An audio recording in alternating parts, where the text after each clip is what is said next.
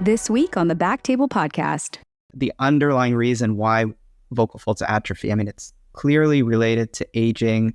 Maybe there is some relationship with frailty, but there are people who come to my clinic well beyond the 70s, 80s mark who show no signs of vocal fold atrophy.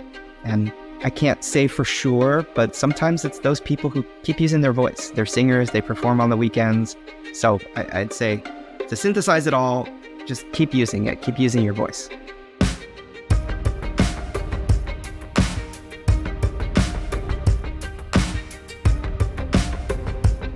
Hello, everyone, and welcome to the BackTable ENT podcast, where we discuss all things ENT. We bring you the best and brightest in our field with the hope that you can take something from our show to your practice. We have an awesome guest today. Should we introduce our guest? Yes, let's do it.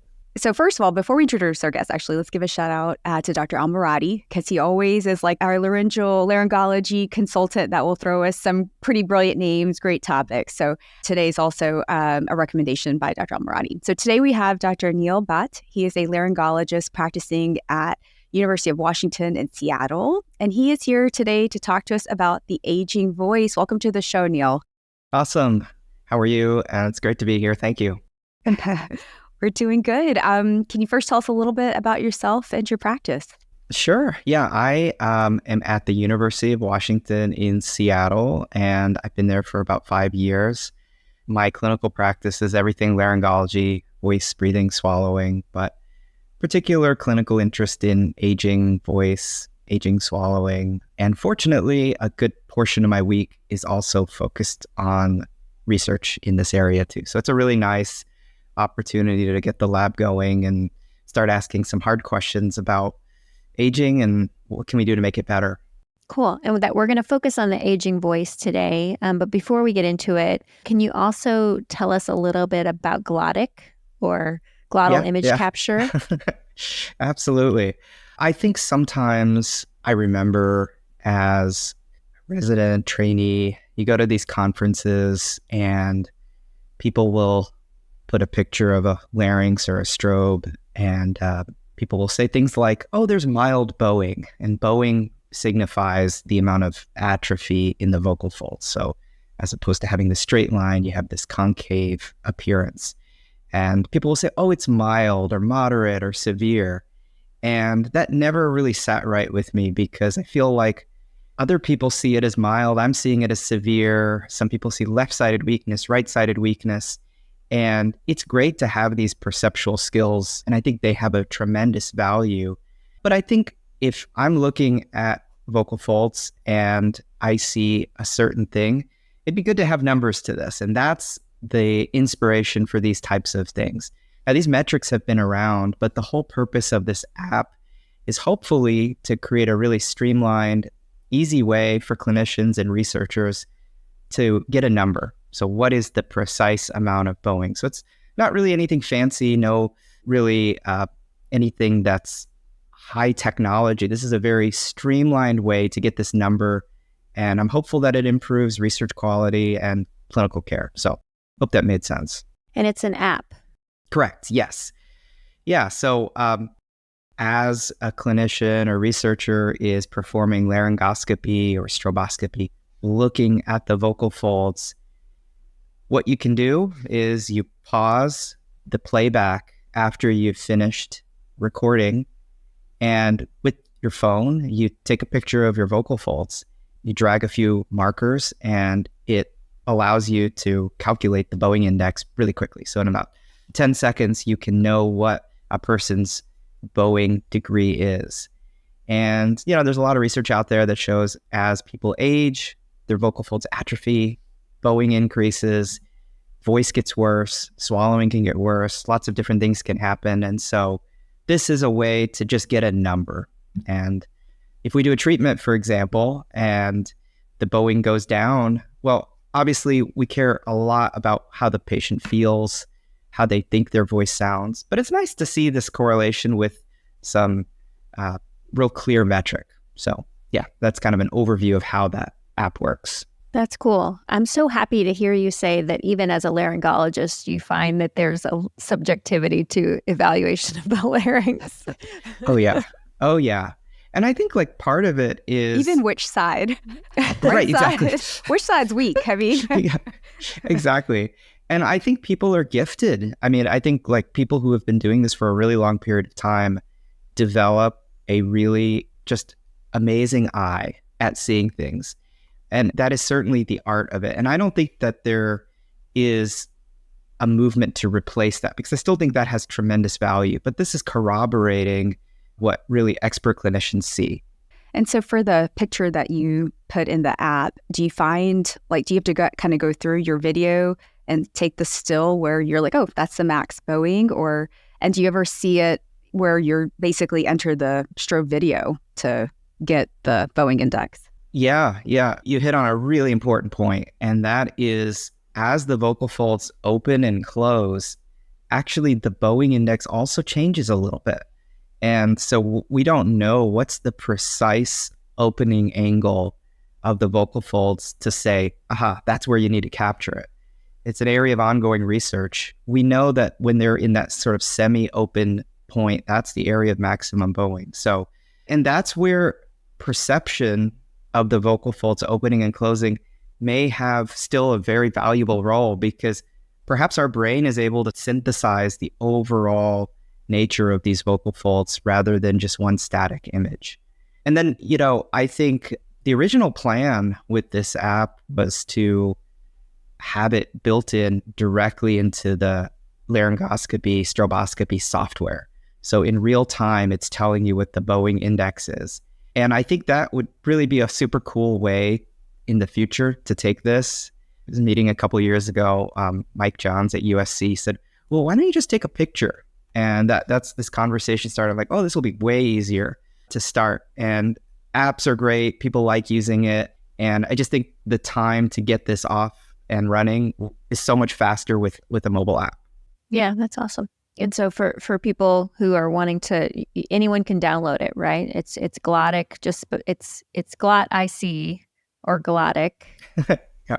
Yeah. We're still working on the last two letters are capitalized. So GLOTTIC. They should be able to just type that in and find it in the apps and can start using it. I think almost more important point about this is really for the laryngology community. So you have the opportunity to opt in for your data to be shared. It's obviously all identified. We're not collecting any patient identifiable metrics.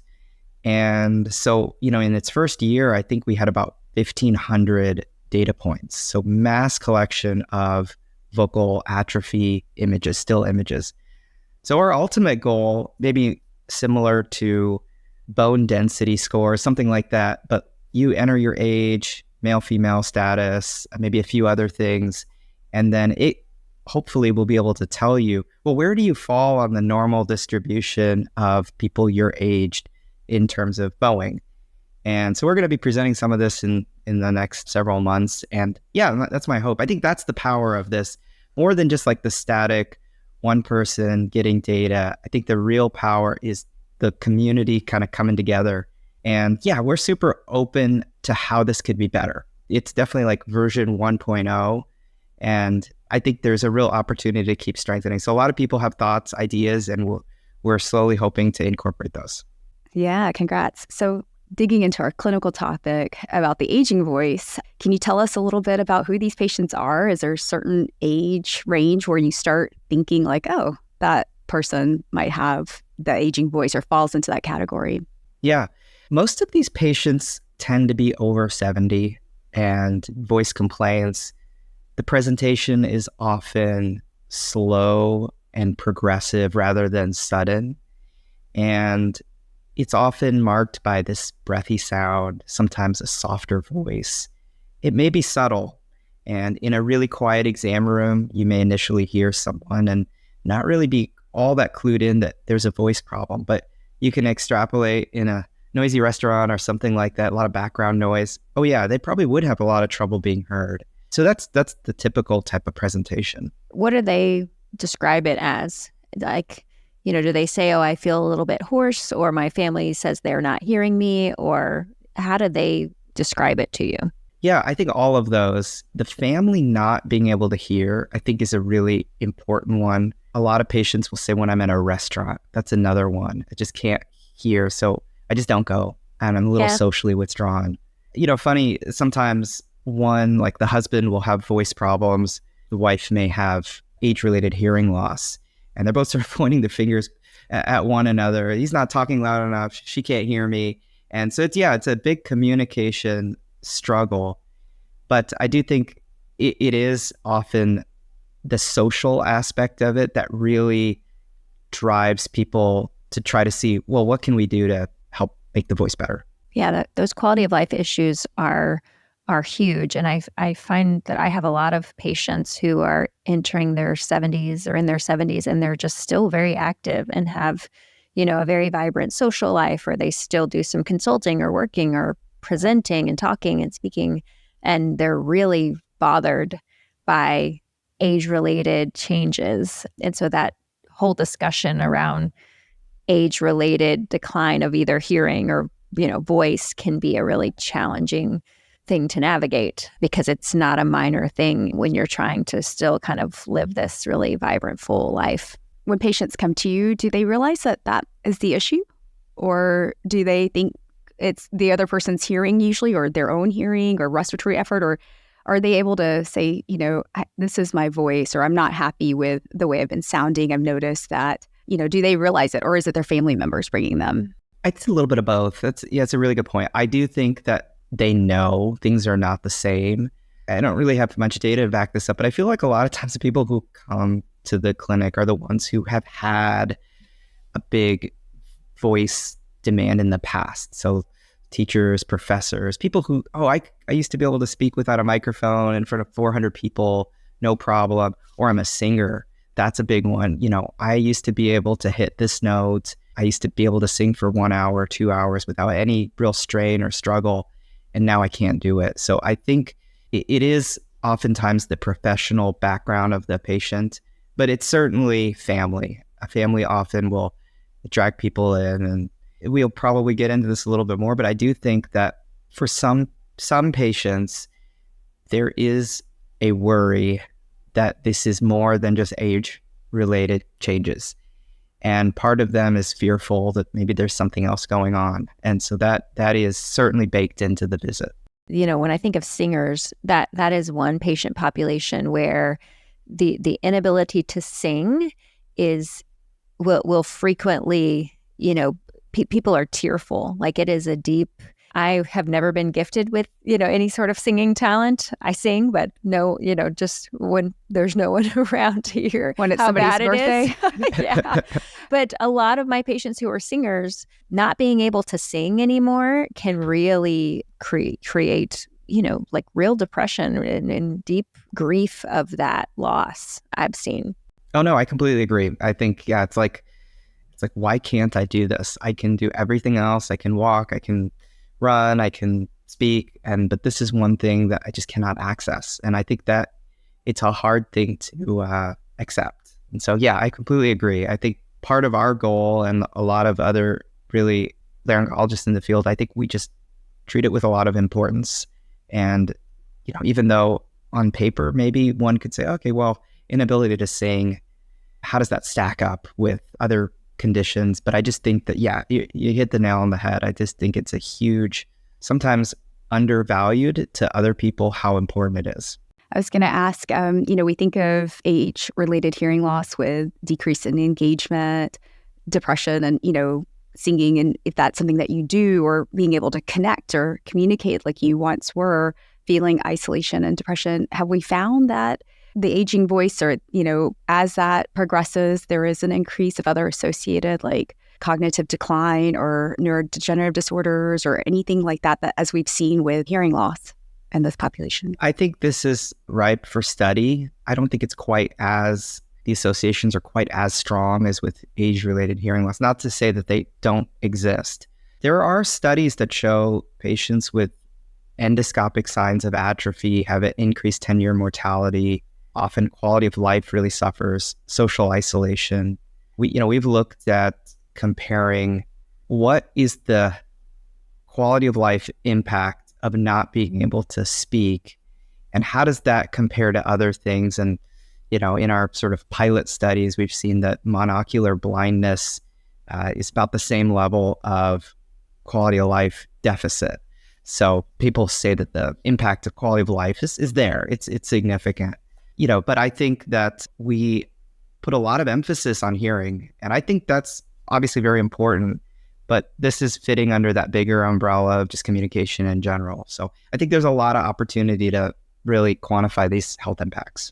And so just getting into what is actually happening when we talk about the aging voice, what's the pathophysiology that's causing the bowing, the changes that we see in the larynx? This is the whole focus of my research, is try to understand what's happening and why is it happening.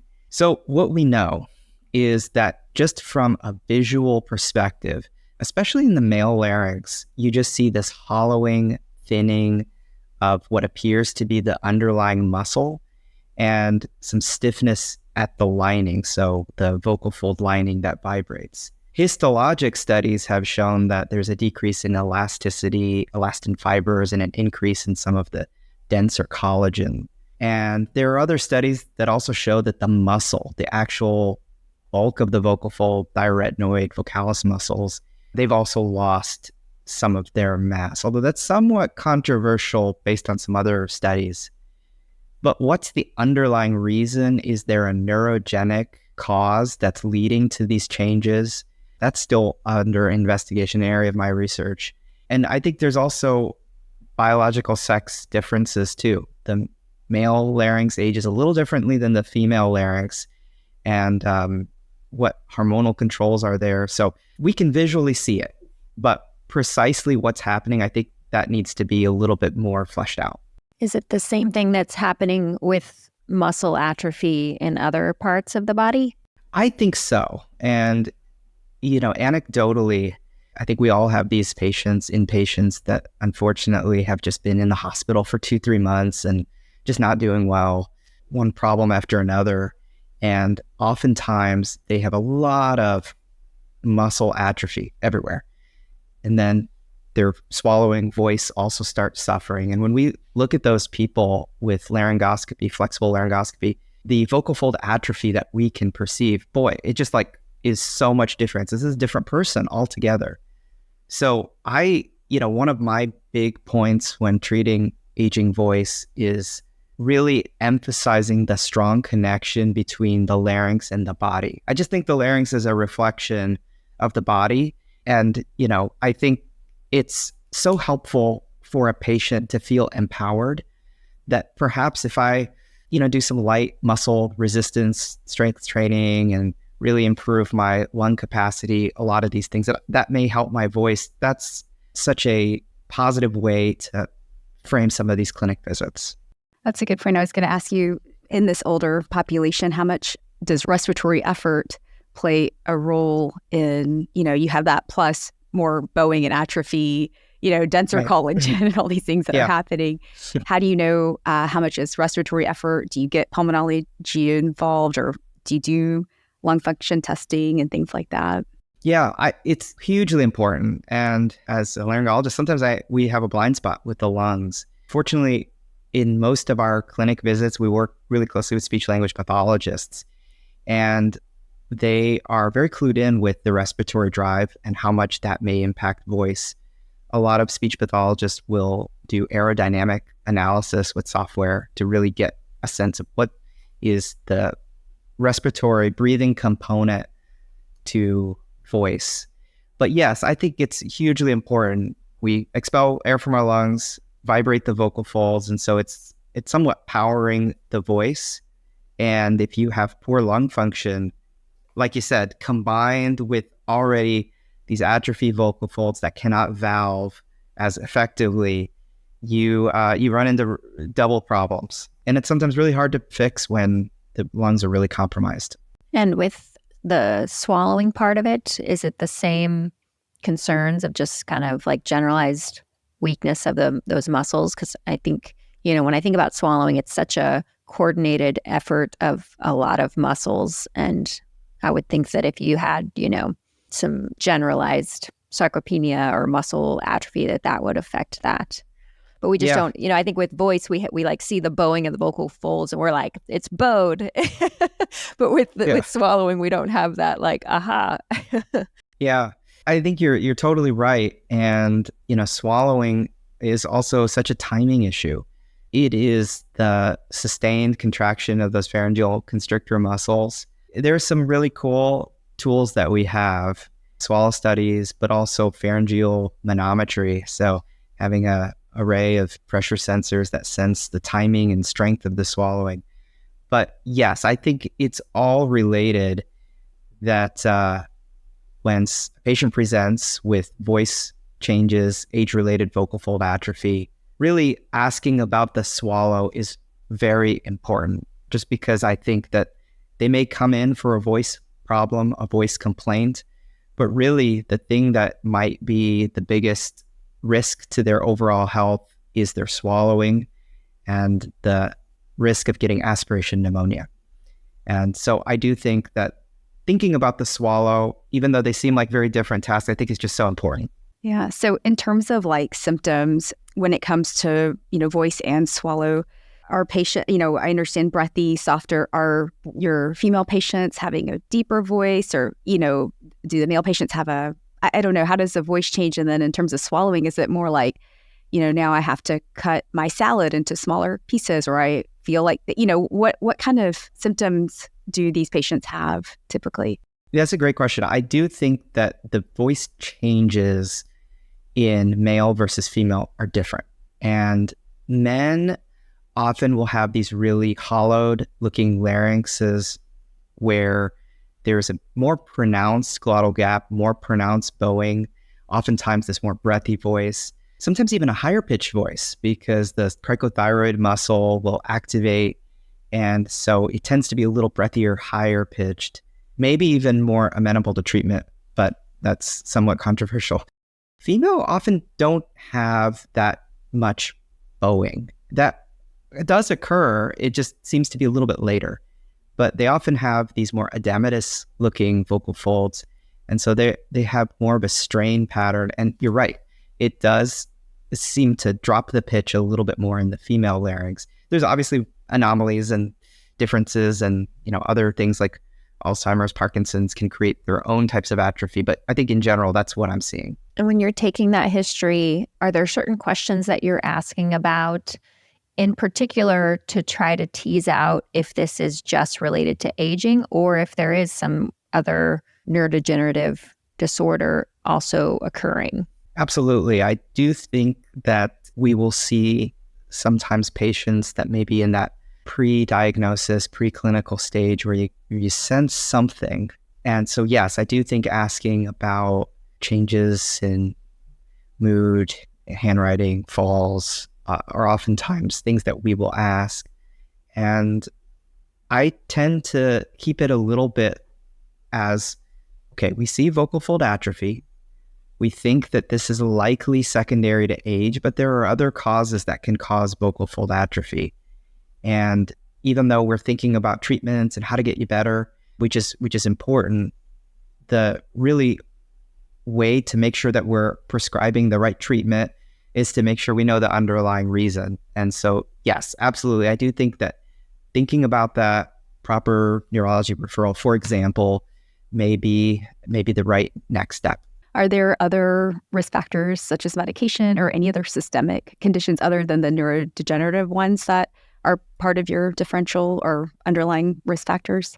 Yeah, good question. I do think that certain medications, perhaps people who are maybe taking chronic steroid, inhaled steroids, maybe it's not doing anything at the muscle layer, but it might be changing some of the vibratory parameters on the vocal folds.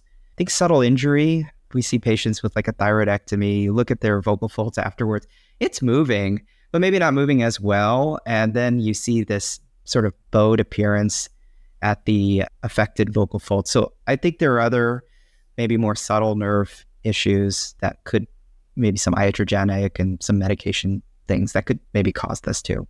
And then moving on to your physical exam, Is it any different than what you do for a patient coming in with, hoarseness or anything else?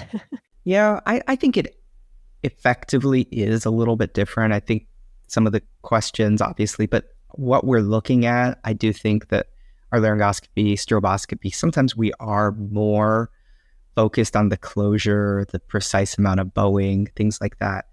I think in practice, we aim to have somewhat of a uniform assessment. I think that is the goal, that we shouldn't be super biased by a patient's age. There's cool studies out there that show that, if it's a 75-year-old male, you're going to be looking for bowing, you're going to be looking for age-related changes, and that mass somewhere else that you're supposed to be seeing, you might miss it just because you're so hyper-focused on something. So in general, I think we try to replicate the same steps each time. I do think in practice, it's human nature to focus on certain qualities of the laryngoscopy. So for your scope or strobe, tell us about your setup. Do you like flexed? Do you do a rigid? What's the Neel Bhatt way? When we have a patient in clinic, we're often, exam, history, and just physical exam, history. We will often get a voice recording. This is just a quick 1-2 minute voice recording without any instruments, just as a sample. What did they sound like on this day? After that, we tend to do the laryngoscopy, and we tend to default with the flexible scope. There's lots of advantages, but it allows us to look at the nose, postnasal drip, really get a nice view of the larynx, the pharynx, and also for the speech pathologists, we can have the patient phonate, look at how they're using muscles, because for most of these patients, first-line treatment is often going to be voice therapy if they do have age-related vocal atrophy. So for many of these patients, understanding how they're using their muscles, understanding what therapy options might be on the table, I just think it's a really good way to look. Now, rigid stroboscopy is fantastic too. I just think it has really good resolution. You can get a lot of information that you can also get with flexible. I just think that you get sometimes more complete information with the flexible scope. Is your flexible scope a distal chip? Yes. And as you slide back and you're looking at the larynx, what do you ask the patient to do? Right. We often will start with some big global phonatory tasks, sustained E, pitch glides. What's a pitch glide? Yeah, so we start with the lowest pitch and we just have them glide all the way to the highest pitch, getting a sense of the range. E sniff tasks, so we alternate between a short E and a sniff through the nose to assess the closing and opening of the vocal cords. Yeah, sometimes high-pitched, sustained E allows us to really look at the vibratory characteristics with the vocal folds a little tense to look for any subtle lesions. Although lesions tend to not be as prominent in the aging larynx as they do in younger folks. So it'd be really rare to see things like nodules or phonotrauma in a more aged larynx. Is that like just looking with a regular light, or when do you switch to, are you looking at that under strobe? Generally, we're looking at most things under strobe. Okay. And it's often with the patient, me, and the speech pathologist. So we're trying to, as quickly as possible, in a more streamlined way, get all these tasks in about a minute to 2 minutes, trying to get everything done. Oftentimes with a singer, we'll even have them sing at the end just to really see what's happening. And that can be fun too, because I think patients like seeing their vocal folds and singing.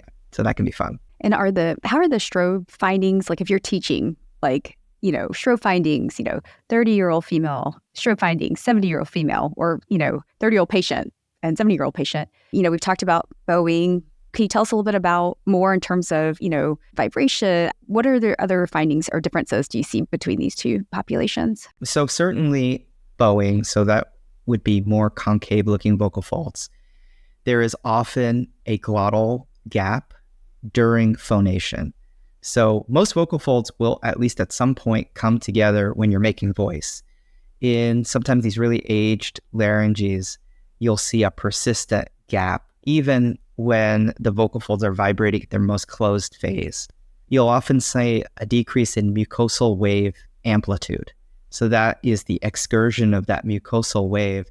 And that could be for a variety of reasons. It could be that the vocal folds have a little bit more stiff character, but sometimes just because you're not engaged as much with the vocal folds coming together, it just takes way more effort to get those vocal folds to vibrate. So there's a lot of reasons why that amplitude goes down. Sometimes meds can cause patients to have a lot of sticky phlegm on the vocal folds. It's just most medications, especially in the aging population, often will be drying. And I just see that there's mucus, phlegm, and sometimes that's the biggest complaint. I just have all this mucus and phlegm. You can draw a line to the medications. In terms of the bowing, is it usually the same amount on both sides? Or do you ever see where it's asymmetric, where one side might bow more than the other? Wow, that's great. And it's like the next study. Like that's great. Because we obviously, when we're looking at the larynx, we're going in through one nostril.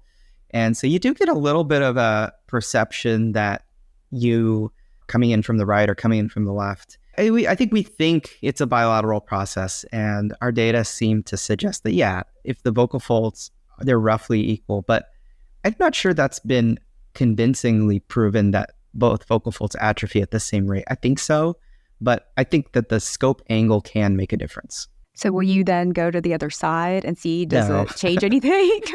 No, we don't do that yet, but it is a study idea that we've been batting around to just have a patient, and if they're willing to sign up, we'll scope them through both sides and just to see. Yeah. For me, I think of like the infants, and sometimes on one side I can see one chord really well. I can't see what's going on the other side. Maybe there's a little bit more potential for laryngomalacia, retinoid heading, whatever. So every once in a while I need to see, do I get a better view on the other side? And sometimes you get more information that way. I don't know. Oh, that's really cool. That's really cool. Yeah, I think that's super cool. I'm sure in the infants, it's even more difficult if you're doing it. It doesn't always work, but yeah. And for the adults, you could add a third arm and do rigid, which should theoretically kind of be coming right in the midline from above. Right. It should be. What do you do for patients? I mean, every now and then I'll have patients that just really have a hard time relaxing during a scope exam. And so, they're talking to you without the scope. You put the scope in and you ask them to say E or do these different things, and they can't do it. They can't do it because they're so clenched up because they have a scope there. Do you have any tips or tricks for helping patients relax so you can get a good exam? Or does that happen in your office? Oh, yeah. That is a struggle. And I do think that you see patterns of muscle tension and you wonder, is it because the scope's in or is this real? And that's where I think taking a minute to speak with the patient before the scope is in gives you a somewhat baseline of how they normally speak. I think that this is a challenge, and working with a speech pathologist, I think, is a bit of a trick we have. They are very good at relaxing the throat with different breathing and phonatory tasks, and oftentimes can somewhat break a patient into relaxing. Sure, there's a better way of saying that, but just relaxing the throat in a way that's amenable. But you're right. Sometimes, despite best effort, we cannot get as relaxed of a view to see things like vibration. And then we do the best we can. Sometimes we'll use a small caliber pediatric scope to try to see if we can take away as much irritation as possible. So there's ways to get around it, but I agree with you. That is a challenge sometimes. The infants do the same, where that first minute they're just tense and crying, and you can't tell, like, are the cords opening? Like, because it's just so tense, and you end up repositioning, trying a passy, anything to kind of see. And sometimes that camera can be in there for 2 minutes or so because it might take them a minute to calm down. And then sometimes it's the same where you're like, I just can't tell, this baby won't calm down. So gotta get. Anyways, so there's so many similarities between circle of life, right? Just the babies and the elderly.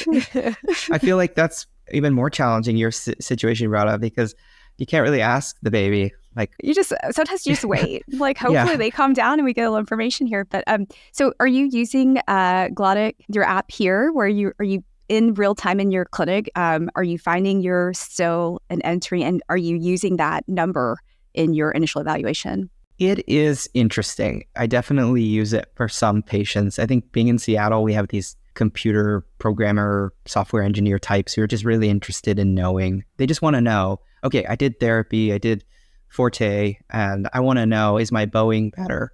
So just to get some numbers, we will sometimes calculate it. It has not permeated clinical care yet. That's the goal. The goal is to say, okay, your bowing is between 5 and 8. You might be better for voice therapy to start, but your bowing is from 8 to 20. So I think we should do an injection first. And so that would be the dream, to have maybe these numbers mean something more than just of interest, but I think that's still way down the line. And so right now, after you do your scope, is there any, do you ever order anything else? Is there any additional studies that you use for your workup? Yes. And, there are probably half, maybe a little more percentage of patients that's all we need to do. We need to look, and we devise a treatment plan. I think that a swallow study is sometimes needed, and it's not that it's going to change maybe what we do, but it might change the order and timing of what we do. So if someone has clear signs of aspiration, for example, I think we might be a little more aggressive about doing something to augment the vocal cords, injection or thyroplasty. It may not be the answer to stopping aspiration, but we think that it probably helps some. And so I think the swallow study is probably the most common thing we'll order. Formal acoustics and aerodynamics could be something that's helpful, especially if it might change what the therapy options are. What does that look like? Formal acoustics and aerodynamics? Is that who does that study? Is that in your office or? Yes, it tends to be done by our speech pathologists again, and oftentimes it's recording the voice and digitally analyzing certain acoustic signatures to understand, the amount of variation, breathiness, intensity, and a lot of times this is in the research space, but there could be some clinical benefits from having that information. Do they apply some of that information to their voice therapy, like in those sessions? Like, you need to work on, like, I can see that the pitch is strained at this frequency or these sounds. So Yes, it's controversial. I think that some speech pathologists would argue that they can get all the information without that. And some would say that it's critical. That there are pieces of information that I'm sure could be helpful for designing therapy regimen. I also think that it helps potentially track progress. And so just like the app, for example, in seeing the change in the vocal folds, I think acoustics are a more objective way of knowing, okay, is the voice truly better? Because that is one of the struggles that I feel like is, you do an intervention, you do an injection or a thyroplasty or a surgery, and the patient comes back and they are super pleased. You hear their voice, you record their voice, and perceptually, I'm not able to detect a dramatic improvement. And I believe them. I believe that they feel better, but I really feel much better when there's some clear indicator that things are better. I hope that makes sense. And so I just think it is a good practice to have that tool to just really make sure that things are better in a way that's quantitative. So who gets that additional testing? Like, is that for patients who you're planning an intervention so that you can have a before and after? No, at least in our practice, it's highly dependent on the patient, speech pathologist. And for a lot of our work, we are focused on obtaining this data for aging voice because that's an area of my research interest. So we will oftentimes try to collect this piece of information. But there are some voice centers that are really reflexively getting this on every patient, which is really cool. And others maybe who do this more selectively. So I'd say at least in our institution, it tends to be patient dependent on the specific complaint. Got it. Is it something covered by insurance or is it more? Yes. Okay. Yes, it can be. Yeah. Interesting. Remind me what it's called again? Acoustic and aerodynamics. Acoustic and aerodynamic testing. Okay. In terms of just going back to the swallow study, is there a role for fees in these patients, Neel, or fees in your practice? Yes, FEES is another thing we do, and it's another swallow study besides the video fluoroscopic swallow study. How do you decide which one you want to use for the patient? Yeah, FEES is really cool because we're right there. We have the scope in, and we can pretty quickly give patient different consistencies and do a really nice FEES screen. In terms of deciding which one to do, it's dependent on, I'd say, where we think the complaint is. So the nice thing about the modified barium swallow study or the video fluoroscopic swallow study is that, you have a patient eat and drink, and then you can watch it go through the upper esophageal segment and then into the esophagus. So you're getting that piece of information plus the esophageal screen. I just think you get a lot more information. And also the oral phase, you can watch them chew, how they're swallowing. The FEES is great though, because I think it's pretty accessible and you can see aspiration pretty equal to the video fluoroscopic study. But I think when patients have really specific complaints, sometimes the FEES I think is even better because you can say, every time I swallow, I feel like there's food that gets stuck right here. And then, as they're swallowing, they can watch the screen and they may be right. Yeah, food does get stuck right there or it doesn't. And you can almost in a biofeedback sort of way, show them what their swallowing looks like. So there's definitely a role for both in our practice.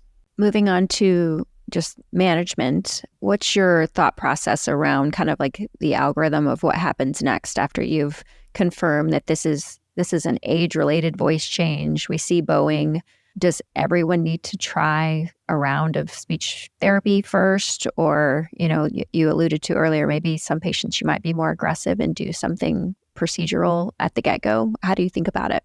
Yeah, I think that there is some decision tree that makes us decide, okay, procedural first or therapy first.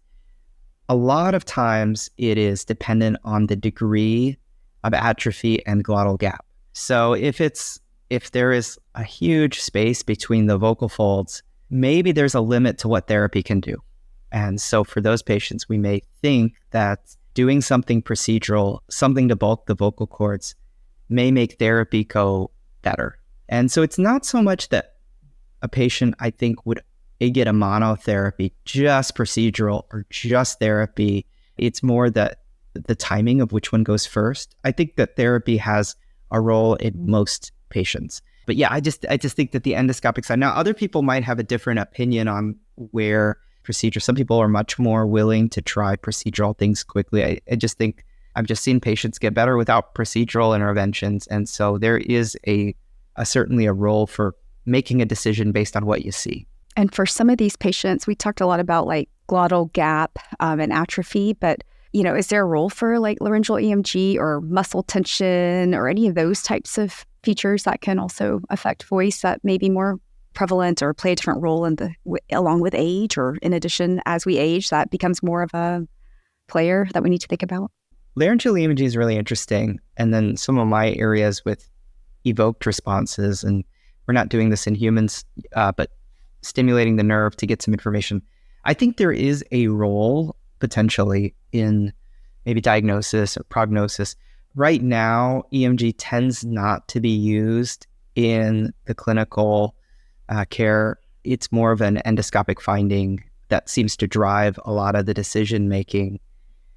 But there could be some role for EMG if the diagnosis is not clear, maybe identifying what muscles maybe are having tremor, identifying, is there potentially a paresis or a weakness of one of the vocal folds more than the other? Maybe you're focused more effort on one of the vocal folds. So there is a role. There are some really amazing clinicians who do a lot of laryngeal EMG, and it certainly has value for some people. I hope that made sense. I should have asked this earlier when we were talking about the initial presentation, but is there a questionnaire that you use to try to have a number associated with the perceived deficit of their voice that you can use for outcomes comparisons?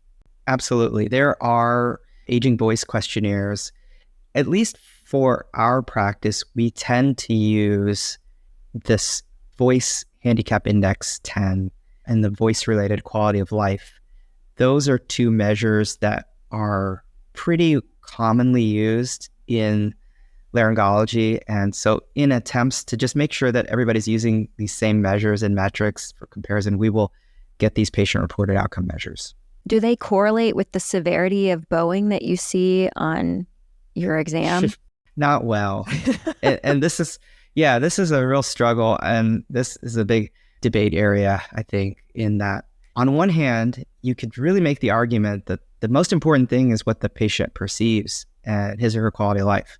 And I can see that. I can see that argument. So who cares if you've improved the bowing index?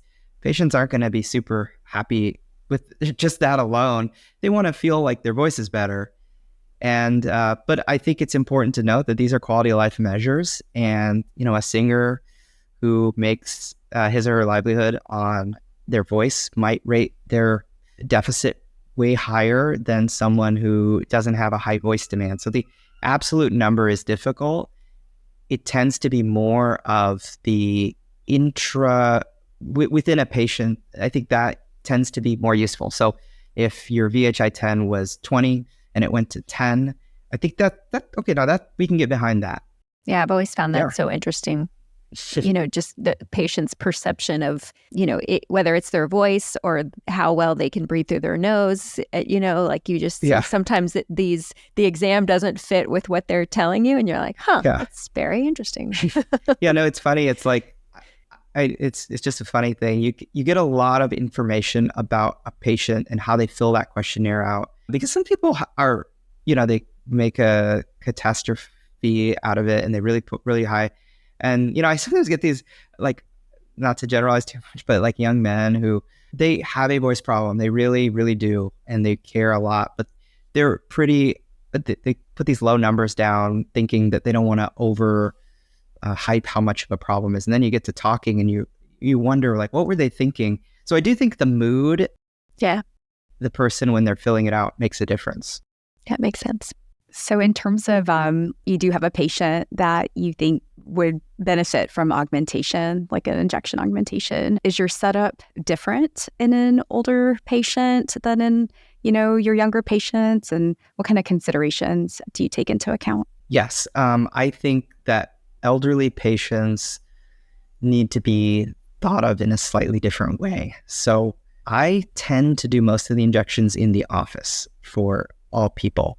In the elderly, you do have to really make sure that it's safe. And the reason is because most of these injections will be bilateral. And there is a higher risk of creating some problem with breathing if, for example, if a patient's on blood thinners and you get some hemorrhage on one vocal fold or another vocal fold. So I think safety is a little bit more front and center in the elderly aging larynx because you're often doing bilateral injections. It's not something that is prohibitive. You can certainly do it. I just think it just takes a little bit more. There's some value in understanding the patient selection. And so all of these injections could be done with general anesthesia. And so it's a discussion to have, what makes the most sense. But, on the other hand, putting an elderly patient under general anesthesia may have risks that certainly outweigh doing an awake procedure. Yeah. What filler do you use? I tend to use hyaluronic acid. So trade name like Juvederm, Restylane. I think that it is really nice material. It's very smooth. If some of that material gets layered a little bit superficially on the vibrating surface, it tends to not be as dramatic of a voice detriment, which is not where we aim for the material, but sometimes, unfortunately, a little bit of it gets layered superficially. So I just think it's a very forgiving material. And it helps answer the really fundamental question, does adding bulk to the vocal folds help the voice? And I just don't think that that's always clear with the initial assessment. So as much as the injection is therapeutic, it's also somewhat diagnostic, and it gives me more information about would a more durable option, a more permanent injectable, or a thyroplasty implant into the vocal folds, is that something that could be helpful? And what volume are we talking? about how much you're putting on each side? And do you think about under injecting because you're doing bilateral? Great point. For unilateral paralysis, which is probably where we inject more frequently, we'll put a lot in. We'll try to get to 1 cc, really try to get that vocal fold really nice and plump, because the other vocal fold's opening nicely. I think we half the volume and sort of divide it into both vocal folds. I think that there is some art to this, how much to put in. And when you have someone with decreased pulmonary reserve, decreased vibratory capacity, and then you overload the vocal folds with all this material, you can make the voice a lot worse, because now it takes even more effort to get this vibration. So this is certainly the art of this injection technique. I think it is more challenging in the aged larynx to get this right. And it's a humbling procedure, because you'll see clear signs of atrophy. You'll see clear glottal gap, bowing, and you think this is going to be a slam dunk. I'm going to add material, we're going to close this, and they're going to sound fantastic. And sometimes it doesn't work as well as you wished. And it goes to show that it's a tough procedure to get it perfect, and that there's so many other factors. It's not just the vocal folds, it's everything. It's from all the way from the breath stream to how we shape the voice. And in terms of complications, you'd mentioned if they're on blood thinners, potential for hemorrhage, airway concerns, given that you're doing both sides. What other complications is this population at higher risk for, or do you counsel your patients on with? And you'd also mentioned, you may not get the outcome that you want. This may not help. Yeah, that's a great point. I think that is a big factor. Sometimes framing the success rate of the injection is really critical, because unlike unilateral paralysis, which I think that greater than 90% of patients will experience a meaningful improvement in voice, I think the percentage with the aging larynx, at least from my perspective, is lower. And so understanding that the voice may not get better and it could get worse, I just think that's an important factor. If you've got a big presentation or a social engagement in the weekend, maybe wait, let's get that and then we'll try it. Bleeding certainly is a risk. Not really a risk, but being able to tolerate the injection, although that's pretty universal for, I think, any age. It's like, despite best intentions, getting through the awake procedure can be a little bit difficult. Some people just, unfortunately, we have to abort. We can't quite get through it.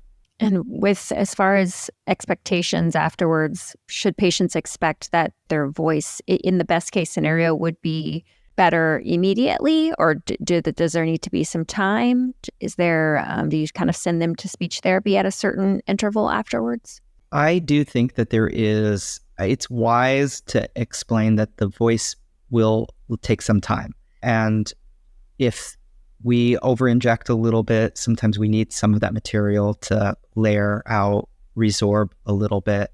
So best voice may be a week or two out. And especially if we intentionally over-inject a little bit just to get a longer duration effect. And then therapy is pretty critical, I think, in the post-injection time period, because we're really trying to make sure that if a better voice is possible with the increased bulk of the vocal folds, let's prove it. Let's really do everything we can to just see what are the limits of the voice. Now, some patients, which is great, that you get the injection and they're very pleased, they're very happy, and they may not want more, but we're pretty advocative about, trying the therapy and seeing what voice improvement we can achieve. And do you start therapy like at that 1 to 2 week mark, or right away, or? If possible, sometimes scheduling and logistically, maybe it's a little bit longer, but yeah, I think within the first 6 weeks, if we can do some therapy to get started, that would be awesome. And how long should they expect that, additional bulk to last them? Yeah, that's a really, really good question, because I think that, or at least the material tends to stay there as little as 2 months, as long as maybe 6 months. But I do think that the physical act of injecting this temporary material, at least in some patients, may be doing something at the vocal fold level that maybe that duration is longer. Now, I don't know If there's an inflammatory reaction in the vocal folds that maintains its bulk, perhaps the therapy is teaching them things that are keeping the vocal folds in a good place, and that maybe that gradual decrease in the material, the patient is able to compensate for that gradual decrease and just maintain a better voice. So even though on paper, I think it's a temporary material, temporary filler material, I think the duration of impact is a little unknown. It could be longer. I think the material has resorbed by 6 months, but patients may be pleased. And that's super cool because in some ways they were bracing themselves for a temporary material, but they got a little bit longer duration of effect. And then do these patients come see you every 3 months, 6 months, a year? What's your follow-up like? I tend to see them pretty quickly after the injection. And that's really to learn. We did X procedure. What do their vocal folds look like? And sometimes we under-inject. Sometimes we didn't put as much as we thought we did. So I like to see them pretty soon after, make some decisions about whether therapy might be needed. And then often, around that 3 to 6 month mark, it would be great to see them again as this material is fading to get a sense of, are we thinking about maybe considering a more durable procedure, the thyroplasty or a more long-term injectable fat injection, something like that. And it's one of those discussions that are tricky because the material may be starting to fade, but we try to make some plans about what direction the patient is going. Because if the patient says, wow, that was great, okay, that's one thing. But if the patient says, I didn't really get much, I've been really working hard, and that may make the patient less likely to want to do more procedures. And anyway, it's just good information for us at that point.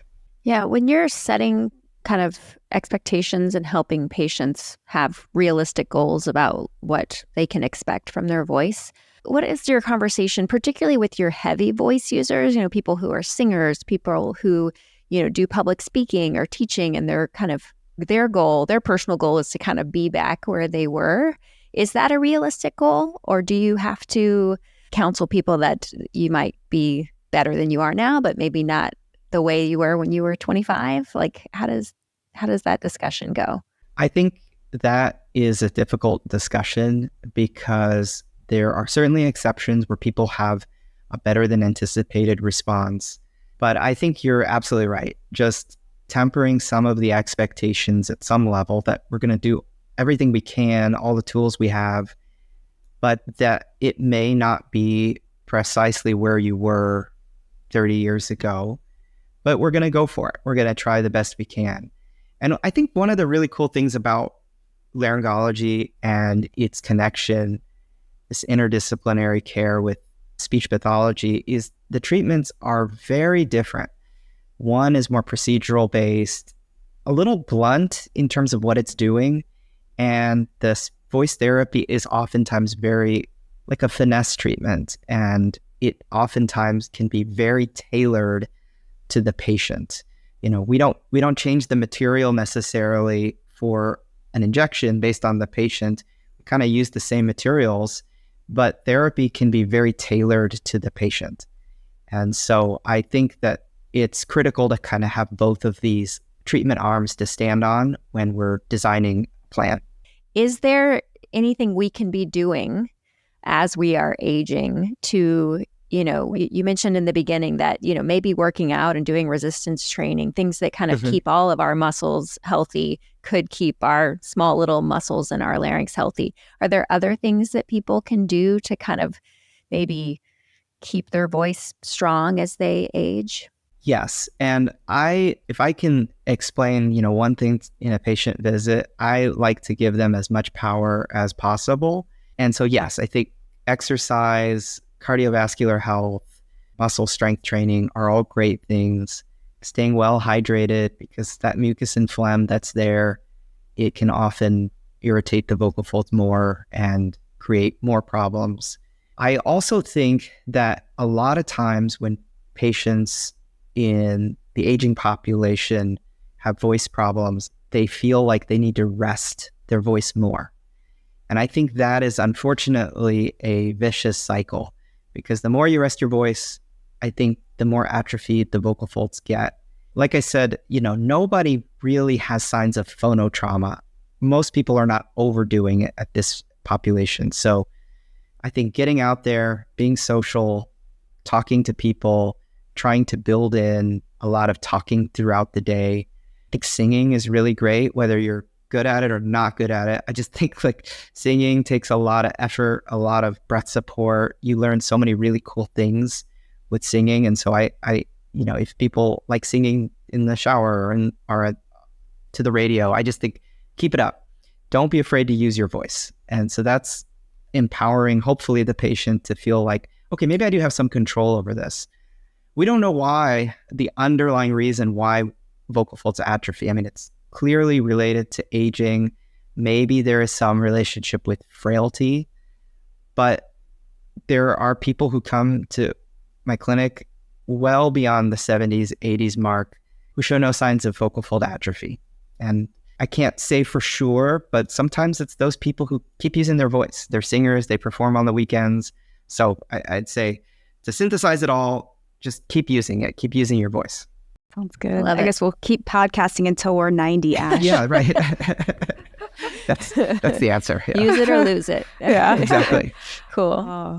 Well, thank you so much, Neel. If any of our listeners want to reach out to you, are you on any social media or have an email, website? Yes. Yeah.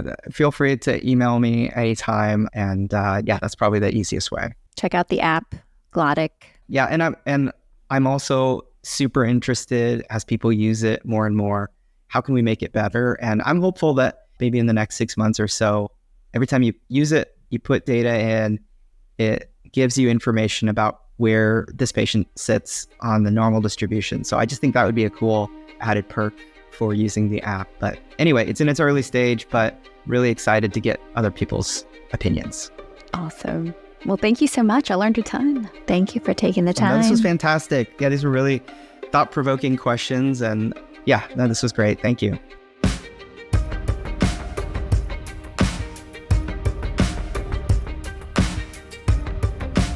Thank you so much for listening. If you haven't already, make sure to subscribe, rate the podcast 5 stars, and share with a friend. If you have any questions or comments, direct message us at _BackTable ENT on Instagram, LinkedIn, or Twitter.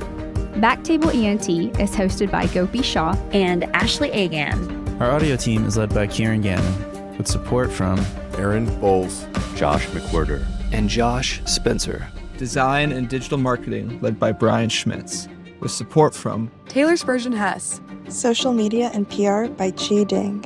Administrative support provided by Judy Dela Cruz. Thanks again for listening and see you next week.